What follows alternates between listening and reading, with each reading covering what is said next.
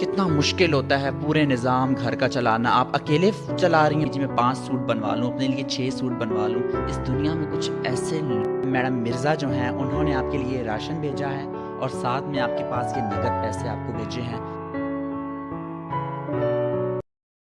جی السلام علیکم ناظرین, آپ دیکھ رہے ہیں اردو ٹاک ٹی وی اور میں ہوں آپ کا میزبان ملک فہد. رکھتے ہیں جو اوروں کے لیے پیار کا جذبہ, وہ لوگ کبھی ٹوٹ کر بکھرا نہیں کرتے.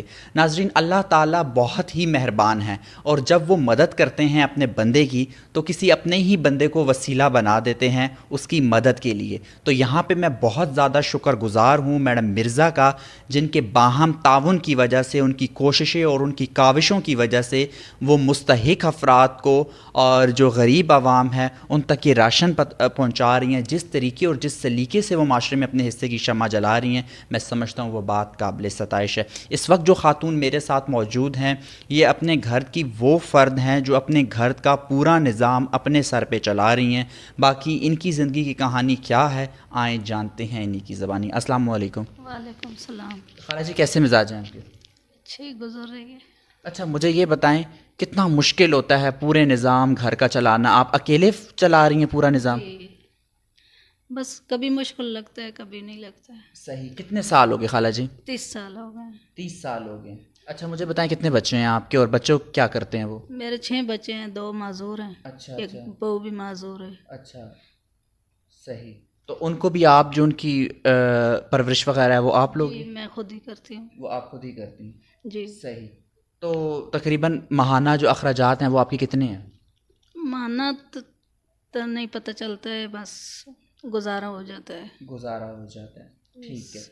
اچھا مجھے یہ بتائیں اس وقت جو ہے میڈم مرزا جو ہیں انہوں نے آپ کے لیے راشن بھیجا ہے اور ساتھ میں آپ کے پاس یہ نقد پیسے آپ کو بھیجے ہیں, تو آپ ان کو قبول کریں گے میڈم مرزا کی جانب سے. اچھا تو ان کے لیے کیا کہنا چاہیں گے آپ؟ شکریہ میڈم مرزا کا بہت بہت. اندر بھی ہماری مدد کرے گی. میرے بچے معذور ہیں. بس صحیح.